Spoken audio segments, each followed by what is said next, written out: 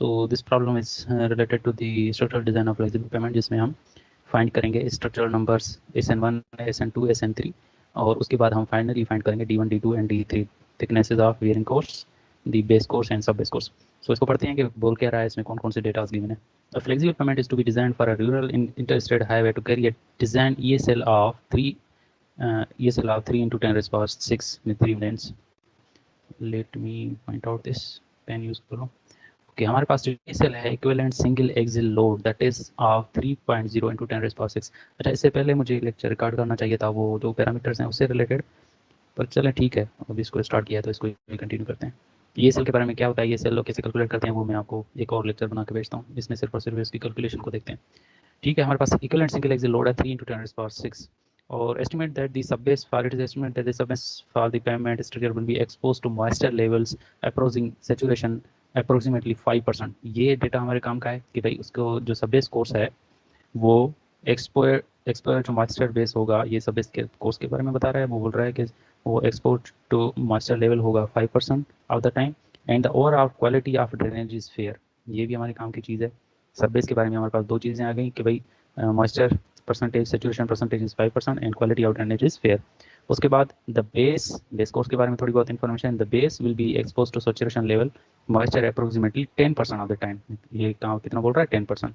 सब बेस के लिए बोल रहा था 5% और बेस कोर्स के लिए बोल रहा है 10% सेचुरेशन होगी या export to the moisture level होगा। और इसकी क्वालिटी ऑफ ड्रेनेज भी इसकी हम एक्सपेक्ट कर देते हैं या अज्यूम कर देते हैं दैट इज फेयर एक्चुअली। उसके बाद एक्स्ट्रा हमारे पास डेटा गिवन है that is resilience modulus of asphalt concrete at 68 degree centigrade या फ़ारेनहाइट इज इक्वल टू 480,000। हमारे पास रेजिलेंस मॉड्यूलस है। This resilience modulus is actually use to calculate the A1 coefficient. A1 जो है structural layer coefficient, ये calculate करने के लिए हमें काम आता है A1।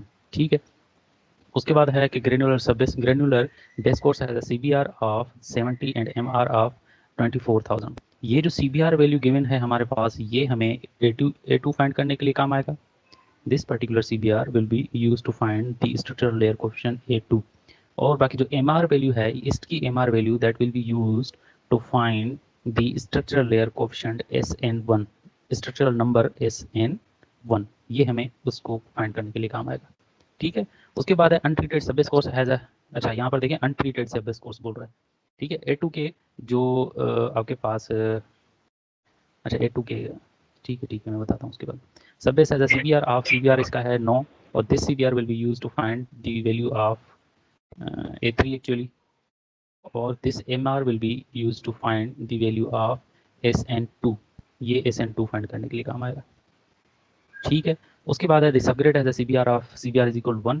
ये देखते हैं किस चीज़ के लिए काम आता है and the MR is equal 1500 और ये जो MR वैल्यू है that will be use to find the SN3 structural number 3। अब याद कर लें, जो सबग्रेड का MR होगा that will be use to find the SN3, subbase का जो MR होगा that will be use to find SN2 और जो ग्रेन्युलर बेस कोर्स का या कोई भी टाइप ऑफ बेस कोर्स का है उसका जो स्ट्रक्चरल नंबर है, सॉरी दी MR है, वो यूज होगा फॉर फाइंडिंग SN1।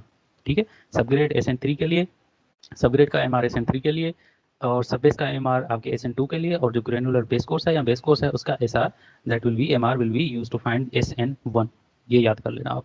अब डिफरेंट वैल्यूज हमें गिवन हैं, अब स्टार्ट करते हैं कुछ पैरामीटर्स फाइंड करना।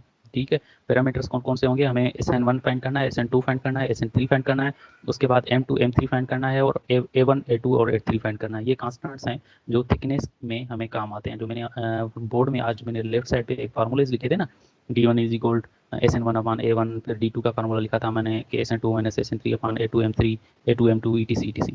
वो सारे कैलकुलेशंस जो हैं उसमें कांस्टेंट वैल्यूज हैं A1 A2 A3 M2 M3, ये सारी चीज़ें हम फाइंड करेंगे with the help of those graphs. ठीक है, first of all we are going to find the SN1 SN2 and SN3। ठीक है, तो सबसे पहले जो इसका हमारे पास वर्टिकल ग्राफ है, वर्टिकल लाइन है दैट इज ऑफ रिलायबिलिटी। हम देखेंगे कि हमारे पास रिलायबिलिटी कितनी गिवन है। हमारे पास रिलायबिलिटी गिवन है 0.85, ये हमारे पास रिलायबिलिटी गिवन है, रिलायबिलिटी 0.85 गिवन है और S0 हमारे पास स्टैंडर्ड डेविएशन गिवन है हमारे पास 0.45। ठीक है, ये दोनों याद कर लें 0.85 और 0.45। सो रिलायबिलिटी हमारे पास यहाँ पर गिवन है 0.85, तो 0.85 वाले पॉइंट को हम मार्क करेंगे, ये मैंने मार्क कर लिया। और ओवरऑल स्टैंडर्ड डेविएशन हमारे पास गिवन है 0.45, तो 0.45 अप्रोक्सीमेटली यहाँ पर आ रहा है। ठीक है, अब क्या करेंगे, इन दोनों पॉइंट्स को मिलाएंगे और टर्निंग लाइन तक लेके जाएंगे। ये इसने ऑलरेडी यहाँ पर मिला दिया है और टर्निंग लाइन पर हमने अब स्टॉप कर दिया। नेक्स्ट हमारे पास वैल्यू है W18 की। तो देखें W18 की वैल्यू हमारे पास कितनी गिवन है, W18 इज एक्चुअली ESAL, ये इसको हम W18 लिखते हैं। W18 क्यों लिखते हैं कि जो ESL का फार्मूला है उसमें W18 का जिक्र होता है, that is the total 18 keep load या 18,000 pound load coming from the two sets of dual tyres, single set of dual tyre, एक एक्सिल से जिसमें दो टायर अटैच हों उसमें से कितना लोड किसी भी पेमेंट पे जाएगा उसको हम कहते हैं इक्विवेलेंट सिंगल एक्सिल लोड। खैर इसका दूसरा कॉन्सेप्ट है, अभी आपको सिर्फ ये पता होना चाहिए ESL का मतलब है W18 एक्चुअली। तो W18 हमारे पास गिवन है 3 × 10⁻⁶। तो यहाँ पर देखेंगे 3 की वैल्यू कहाँ पर आ रही है। So this is 0.505, this is 0.1, this is 0.5, this is 1.0 and this will be 2, ये जो लाइन है दैट विल बी 2 और ये जो वैल्यू है दैट विल बी ऑफ 4, ये जो वैल्यू गिवन है हमारे पास दैट विल बी ऑफ, और this will be 2, this will be 3 and this will be 4 and then this. So देखेंगे कि हमें कौन सी वैल्यू चाहिए, 3 की वैल्यू चाहिए। सो 3 वाली वैल्यू है, ठीक है, ये पॉइंट हमने मार्क कर लिया है। अब हम जो पीछे वाला टर्मिनेटिंग लाइन था वहां से हम लाइन खींचेंगे, इसको क्रॉस करते हुए नेक्स्ट टर्मिनेटिंग लाइन पे जाके स्टॉप करेंगे। सो यहाँ पर हमने लाइन खींचा और यहाँ पर नेक्स्ट टर्मिनेटिंग लाइन पे हमने स्टॉप कर दिया, ठीक है, यहाँ पर हमने स्टॉप कर दिया। अब देखेंगे कि हमारे पास नेक्स्ट वैल्यू कौन सी रिक्वायर्ड है। This next value is of MR value, effective soil roadbed modulus. So मैंने यहाँ पर आपको बताया था कि सबग्रेड का जो MR है that will be use to find SN3, जो सब बेस का MR है that will be use to find the SN2, और जो बेस कोर्स का MR है that will be use to find the value of SN1। तो अब देखते हैं सबग्रेड का MR, सब बेस का MR और बेस कोर्स का MR कितना है। यहाँ पर बोल रहा है कि granular base course has a MR of 24,000। 24,000 means हमें इन टर्म्स ऑफ 10⁻³ लिखना होता है। जो MR की वैल्यू होती है हमें इन टर्म्स ऑफ 10⁻³ लिखना होता है। तो एक्चुअली ये 24,000 है, इसको हम 24 कंसिडर करेंगे, MR की वैल्यू 24। और उसके बाद है सब बेस में MR की वैल्यू है 10,000 मीन्स 10 एक्चुअली, ठीक है, 10 × 10⁻³ हो जाएगा। उसके बाद हमारे पास सब बेस सब ग्रेड की वैल्यू गिवन है that is MR is equal 1500। 1500 को इंटू 10⁻³ लिखोगे तो that will be equal to 1.5 into 10⁻³, ठीक है। तो टेक्निकली यहाँ इसकी जो वैल्यू आ गई that is 1.5। So base course की वैल्यू MR की 24 है, 10 है और सब ग्रेड की 1.5 है। सो ये तीनों वैल्यू याद कर लें, वो तीनों वैल्यू हमें वहाँ पर पॉइंट आउट करनी है, 24, 10 एंड 1.5। ओके आ जाए 20, पहले 1.5 मार्क करें, तो 1.5 अगर मार्क करेंगे तो वो यहाँ पर आएगा इस पर्टिकुलर पॉइंट पे 1.5। देन देयर वाज 10 वैल्यू, तो 10 वैल्यू आएगा यहाँ पर, this is the value of 10। और उसके बाद हमें 24 मार्क करना है, तो 24 approximately will come as over here, ठीक है। तीनों डॉटेड वैल्यूज हमारे पास आ गई, 1.5 की, 10 की और 24 की। अब क्या करेंगे, पिछली टर्मिनेटिंग लाइन पे जहाँ पर हमने स्टॉप किया था वहाँ वाले पॉइंट को इन तीनों पॉइंट से क्रॉस करके और ये जो हमारा जो टेबल है उसके बाहर खाने तक, बाहर वर्टिकल लाइन तक हमें स्टॉप करना है। यहाँ पर हमें स्टॉप करना है, यहाँ पर आके स्टॉप करना है, ठीक है। अब करते हैं, ये इसने यहाँ से इस पॉइंट को टर्मिनेटिंग लाइन को क्रॉस करते हुए MR के 24 को क्रॉस करके यहाँ पर स्टॉप किया है, that is of green line. Green line MR 24 को क्रॉस कर रहा है, पिंक लाइन MR 10 को क्रॉस कर रहा है और जो रेड लाइन है that is crossing the MR 1.5, ठीक है। अब उसके बाद next line is the line of serviceability loss, design serviceability loss. अब देखते हैं डिजाइन सर्विसिबिलिटी लॉस कितनी गिवन है हमारे पास प्रॉब्लम में। डिजाइन सर्विसिबिलिटी लॉस गिवन है 2%। तो 2% वाला जो भी कर्व होगा उसको हम हाईलाइट करेंगे। 2% वाला कर्व है दिस कर्व, ये जो कर्व है actually that is the curve of design serviceability loss. Let me highlight that, ये मैंने इसको हाईलाइट कर लिया है, ठीक है, ये मैंने इसको हाईलाइट कर लिया। अब क्या करेंगे, जो भी तीनों पॉइंट्स हैं उनको उनको परफेक्टली हॉरिजॉन्टली ड्रा करके उस सर्विसिबिलिटी लाइट लाइन वाले कर्व को हमें टच कराना है और फिर परफेक्ट वर्टिकली ड्रॉप करना है, ठीक है। जैसे यहाँ पर ग्रीन लाइन को देखें, ग्रीन लाइन हॉरिजॉन्टली ड्रा कर रहा है और फिर सर्विसिबिलिटी लॉस के कर्व को टच करा रहा है और फिर वर्टिकली डाउन आ रहा है। तो हमारे पास स्ट्रक्चरल नंबर एक की वैल्यू आ रही है 2.5। उसी तरीके के पिंक को आप देखें, पिंक हॉरिजॉन्टली जा रहा है और फिर उस सर्विसिबिलिटी लॉस के कर्व को टच कर रहा है और फिर वर्टिकली आ रहा है, वर्टिकली डाउन आ रहा है और वहाँ पर वो वैल्यू शो कर रहा है दैट इज ऑफ 3.5। उसके बाद फाइनली है दी रेड लाइन भी हॉरिजॉन्टली परफेक्ट हॉरिजॉन्टल जा रहा है और उसके बाद डाउनवर्ड आ रहा है और वहाँ पर स्ट्रक्चरल नंबर के वैल्यू शो कर रहा है दैट इज 6.5। तो अब आपको पता कैसे चले कि 2.5 स्ट्रक्चरल नंबर कौन सा है, 3.5 कौन सा है, 6.45 कौन सा है। तो आपको देखना पड़ेगा कि कौन सी MR वैल्यू से कौन सा स्ट्रक्चरल नंबर निकला है। अगर यहाँ पर देखें MR वैल्यू आपने 1.5 ली थी, that was the MR of subgrade. तो सबग्रेड के MR से मैंने आपको क्या बोला था कि आपको निकलेगा SN3, सबग्रेड के MR से आपको SN3 निकलेगा। और उसके बाद 10 था सब बेस का एमआर।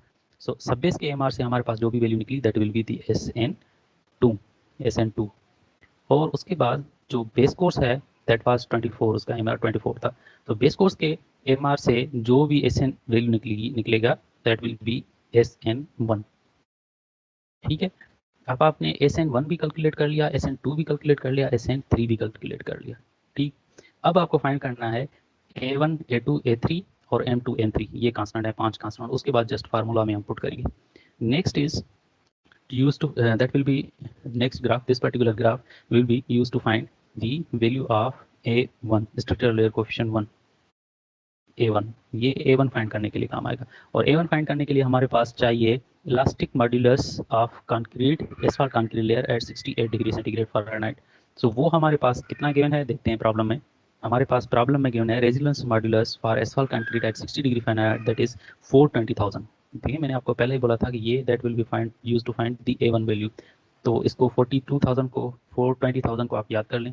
ग्राफ पे देखें 420,000 कहाँ पर मार्क होगा, ये 400,000 है और ये 500,000 है, ये 4500,000 हो जाएगा और 420,000 अप्रोक्सीमेटली विल बी हेयर। यहाँ पर 420,000 होगा अप्रोक्सीमेटली। ठीक है, यहाँ से फिर परफेक्टली वर्टिकल लाइन ऊपर ड्रा करेंगे, ये जो कर्व गेन है यहाँ पर कर्व को टच करवाएंगे और वहाँ से फिर परफेक्टली हॉरिजॉन्टल लाइन ड्रा करेंगे। यहाँ से ये वर्टिकल लाइन ड्रा किया यहाँ तक इसने, अब कर्व को टच करवा के फिर अब हमने राइट साइड पे curve line horizontal perfect draw की है। जो भी यहाँ पर पॉइंट पे वैल्यू आएगा that will B value of A1। So approximately यहाँ पर A1 की वैल्यू अगर देखें this is 0.4, this is 0.5 and this is 0.45। सो ये जो है अप्रोक्सीमेटली 0.42 आ गया आपके पास वैल्यू 0.42। A1 की वैल्यू अप्रोक्सीमेटली 0.42 आपके पास आ गई। ठीक है, 0.42 है या 0.425 है, लेकिन अप्रोक्सीमेटली इतनी वैल्यू हो गया है आपके पास। A1 की वैल्यू हमने फाइंड कर ली that is from the elastic modulus. Elastic modulus हमें गिवन था 420,000 से हमने ये A1 की वैल्यू फाइंड कर ली। अब हम फाइंड करेंगे A2 की वैल्यू। A2 के लिए हमें ये ग्राफ चाहिए होता है। A2 के दो ग्राफ होते हैं, एक आपको अनट्रीटेड कोर्स के लिए, एक ट्रीटेड कोर्स के लिए। ठीक है, यहाँ पर लिखा हुआ है ग्रेन्युलर बेस कोर्स कोएफिशिएंट। अगर आपके पास ग्रेन्युलर बेस कोर्स है मींस अनट्रीटेड बेस कोर्स है। ट्रीटेड बेस कोर्स वो होता है जिसमें हम बिट्यूमिनस मटेरियल ऐड करें। आपके पास मैंने आपको एक ग्राफ दिया था ना, एक ग्राफ में फिर वहाँ मैंने आपको A2 के दो मार्क करवाए थे, A2 for treated and A2 untreated. A2 treated का मतलब था जो ट्रीटेड बेस कोर्स हो, और A2 अनट्रीटेड का मतलब था जो अनट्रीटेड बेस कोर्स हो या ग्रेन्युलर बेस कोर्स हो। सो जो अनट्रीटेड बेस कोर्स है, ग्रेन्युलर बेस कोर्स लेयर है, वो हम वो A2 वैल्यू हम उठाएंगे क्योंकि जो प्रॉब्लम है उसमें ही हमें गिवन है ग्रेन्युलर बेस कोर्स। यहाँ पर देखें, यहाँ पर गिवन है दी ग्रेन्युलर बेस कोर्स। अगर यहाँ पर लिखा होता ट्रीटेड बेस कोर्स तो फिर आप ट्रीटेड वाला A2 वैल्यू लेते। ठीक है, और यहाँ पर ग्रेन्युलर बेस कोर्स का जो CBR गिवन है दैट इज 70। ये याद रख लें, CBR यहाँ पर 70 गिवन है and that will be used to find A2। ये मैंने आपको पहले ही बता दिया था। तो ग्राफ पे चलते हैं डायरेक्ट और CBR वैल्यू के डायरेक्ट वैल्यू पे आते हैं। दिस इज CBR वैल्यू यहाँ पर, और CBR वैल्यू हमारे पास कितनी गिवन है 70। तो देखते हैं 70 कहाँ पर है, यहाँ पर 70। और 70 से परफेक्ट हॉरिजॉन्टल लाइन ड्रा करेंगे ऐसे, जहाँ पर भी जो भी वैल्यू आया that will be the value of A2। और यहाँ पर वैल्यू अप्रोक्सीमेटली आ रहा है आपका ये 0.12 है, ये मिड पे आपका 0.13 हो जाएगा। चलो इसको अज्यूम करते हैं 0.13 वैल्यू, 0.13। इसका थोड़ा ऊपर नीचे हो सकता है लेकिन 0.13 वैल्यू इसका हम अज्यूम कर लेते हैं। A2 का वैल्यू हमने ले लिया 0.13 from the CBR value of granular base course. ठीक है, ये भी बिल्कुल आसान है। अब फाइंड करेंगे A3 का वैल्यू। A3 का वैल्यू भी इस पर्टिकुलर ग्राफ से आएगा जो मैंने आपको ग्राफ में मार्क करवाया था A3 वैल्यू। और A3 वैल्यू के लिए हमारे पास आपके CBR ऑफ सब बेस लेयर आना चाहिए क्योंकि ये दिस इज द ग्रेन्युलर सब बेस कोएफिशिएंट A3। ठीक है, यहाँ पर लिखा हुआ है ना ग्रेन्युलर सब बेस लेयर कोएफिशिएंट A3। सो A3 के लिए आपके पास CBR किस चीज़ का होना चाहिए, सब बेस कोर्स का। तो देखते हैं सब बेस को का हमारे पास CBR कितना गिवन है। एग्जांपल में यहाँ पर गिवन है अनट्रीटेड सब base has a CBR of 9। ठीक है, तो ये याद करने से हम देखेंगे ये 5 है, ये 10 है, 5 और 10 के दरमियान कहीं ना कहीं पर 9 होगा। तो हम अज्यूम करते हैं कि यहाँ पर 9 की वैल्यू है, CBR 9 की वैल्यू है, ये CBR 9 की वैल्यू। ठीक है, तो इसको अब परफेक्टली हॉरिजॉन्टल ड्रा करके जाएंगे लेफ्ट साइड पे, जहाँ पर भी ये टच करेगा that will be the value of structural layer coefficient A3। तो A3 की वैल्यू यहाँ पर अप्रोक्सीमेट कितनी आ रही है, ये 0.06 है, ये 0.08 है। तो ये अप्रोक्सीमेटली आएगा आपका 0.075, अप्रोक्सीमेटली 0.075 आएगा। A3 value 0.075। अब आपने A1 वैल्यू भी फाइंड कर लिया, A2 वैल्यू फाइंड कर लिया और A3 वैल्यू भी फाइंड कर लिया। आपका A1 वैल्यू आया था 0.42, A2 वैल्यू आया था 0.13 और A3 वैल्यू आया आपका अप्रोक्सीमेटली 0.075। ठीक है, प्लस माइनस हो सकता है लेकिन इतनी वैल्यू आ सकती है। अब हम फाइंड करेंगे the values of M2 and M3। याद कर लें, मैंने आपको बोला था 16:7 जो आपका टेबल है उसके ऊपर आप लिख लें M2 M3, ये मैंने आपको लिखवाया था। अगर आपके पास ग्राफ्स पड़े हुए हैं तो ग्राफ को उठा लें, वहाँ पर देखें मैंने आपको लिखवाया था कि ये जो टेबल्स हैं M2 और M3 फाइंड करने के लिए काम आते हैं। ठीक है, अब यहाँ पर दो चीज़ें रिक्वायर्ड हैं हमारे पास। एक क्वालिटी ऑफ ड्रेनेज, हमारे पास ये क्वालिटी ऑफ ड्रेनेज है गिवन है। दूसरा गिवन है percent of time pavements structure is expose to moisture level approaching to saturation, कि भाई कितना परसेंट वो मॉइस्चर लेवल उसका था during the exposure to the light. ठीक, तो वहाँ पर हमारे पास बेस कोर्स के लिए सेचुरेशन लेवल हमारे पास गिवन था, एक्सपोजर टू सेचुरेशन, और सब बेस के लिए भी हमारे पास गिवन था। ठीक है, सब बेस के लिए भी गिवन था और बेस कोर्स के लिए भी ऑलरेडी हमारे पास गिवन था। तो बेस कोर्स के लिए जो भी गिवन था that will be of M2 और सब बेस के लिए जो भी गिवन था that will be of M3। अब देखते हैं कि बेस कोर्स के लिए कितना था और सब बेस के लिए कितना था। यहाँ पर लिखा हुआ था कि ये देखें, सब बेस के लिए 5% है और बेस कोर्स के लिए 10% है। यहाँ पर मार्क कर देते हैं, बेस कोर्स के लिए 10% और सब बेस कोर्स के लिए हमारे पास जो मॉइस्चर एक्सपोजर है दैट इज 5%। और क्वालिटी ऑफ ड्रेनेज हमारे पास गिवन था good, oh sorry fair, quality of drainage हमारे पास गिवन था फेयर। अब क्या करेंगे, जो क्वालिटी ऑफ ड्रेनेज वाला पोर्शन है, जो वर्टिकल लाइन है, जो भी गिवन है फेयर गिवन है तो फेयर वाला बिल्कुल हॉरिजॉन्टल लाइन ड्रा करेंगे, हॉरिजॉन्टल लाइन ड्रा करेंगे फेयर वाले कॉलम पे, फेयर वाले रो पे। अब देखेंगे एक्सपोजर टू मॉइस्चर कंटेंट कितना है, तो यहाँ पर गिवन है बेस के लिए 10%, तो देखेंगे कि 10% कहाँ पर आ रहा है, ये 1 to 5% है, ये 5 to 25% है, तो 10% इस कॉलम पे आ रहा है। तो हम इसका अंदाज़ा ये लगाएंगे कि बेस कोर्स के लिए जो M2 वैल्यू निकलेगा, M2 वैल्यू निकलेगा that will be approximately between 1.0 to 0.80। लेकिन इसमें भी हम अंदाज़ा लगाएंगे कि कितनी वैल्यू हमारे पास गिवन है। आपके पास गिवन है 10%, तो अप्रोक्सीमेटली इसकी वैल्यू आप 0.95 ले लें, 0.9 ले लें तभी सही है, 0.95 लेते हैं तभी सही है। ठीक है, 0.95 ले लेते हैं क्योंकि ये 10% बहुत करीब है 5% के। तो M2 की वैल्यू हम 0.95 ले लेते हैं। और अब देखते हैं M3 की वैल्यू। M3 की वैल्यू हमारे पास मॉइस्चर लेवल एक्सपोजर है 5%, तो 5% का देखते हैं that is coming as 1.0 to 0.80 same आ रहा है। लेकिन 5% बिल्कुल स्टार्टिंग है तो 5% के लिए हम वैल्यू लेंगे M3 का एज 1.0, बिल्कुल करीब वाली वैल्यू लेंगे। तो M2 की वैल्यू आपके पास 0.95 आ गई और जो M3 की वैल्यू है दैट इज 1.0। ठीक है, ये कैसे कैलकुलेट किया गया है इसको थोड़ा बहुत आप खुद दोबारा देख लें। जहाँ पर आपको क्वालिटी ऑफ ड्रेनेज है उसके ऊपर हॉरिजॉन्टल लाइन लगाओगे और जहाँ पर जो परसेंटेज एक्सपायर है उसके ऊपर वर्टिकल लाइन, जहाँ पर दोनों क्रॉस होंगे that will be the value. और उस वैल्यू से भी फिर अंदाजा लगाना है, थोड़ा बहुत अंदाजा लगाना है। अब आपके पास सारे वैल्यूज आ गए, M2 भी आ गया, M3 भी, A1 A2 A3 भी आपने कैलकुलेट कर लिया, SN1 SN2 और SN3 भी कैलकुलेट कर लिया। अब हम सिंपली उसमें वैल्यूज में जो इसके थिकनेस के जो फार्मूलाज हैं उसमें हम फार्मूलाज में वैल्यू पुट करेंगे। These are the formulas of thickness. Let me change the colour of,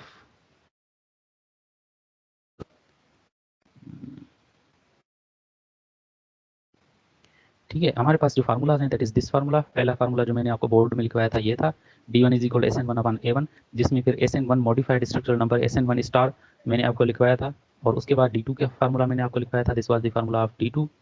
और उसके बाद SN2 modified structural number SN2 मैंने फार्मूला लिखवाया था। उसके बाद D3 का फार्मूला मैंने आपको लिखवाया था, D3 is equal SN3 minus SN1 star minus SN2 star divided by A3 M3। और उसके बाद फाइनली SN3 मॉडिफाइड SN3 की वैल्यू हमने उसका फार्मूला मैंने आपको लिखवाया था, this was the formula of modified structure number SN3। अब सिंपली आपको क्या करना है, वैल्यूज पुट करने हैं। ठीक है, सिंपली जो भी वैल्यूज हैं वो पुट करने हैं। SN1 का वैल्यू जितना भी था वो पुट करना है और A1 का वैल्यू जितना भी था वो पुट करना है। SN1 और A1 का वैल्यू जितना भी था वो पुट करोगे तो आपके पास एक वैल्यू ऑफ D1 आएगा 5.95 इंचेस। लेकिन उसको अगर आप राउंड ऑफ करोगे that will be approximately equal to 6 inches. तो D1 की आपके पास वैल्यू आ गई 6 इंचेस। अब आप फाइंड करोगे modified structure number 1। Modified structure number के लिए फार्मूला ये है SN1 star equal D1 star into multiply by A1। तो D1 आपको जो भी आपने अप्रोक्सीमेट वैल्यू लिया है वो, और A1 ऑलरेडी आप कैलकुलेट करके आए हो 0.42। तो यहाँ पर आप फार्मूला लिखोगे, that will be the value of SN1 star. ये आपके पास 2.52 की वैल्यू आ गई।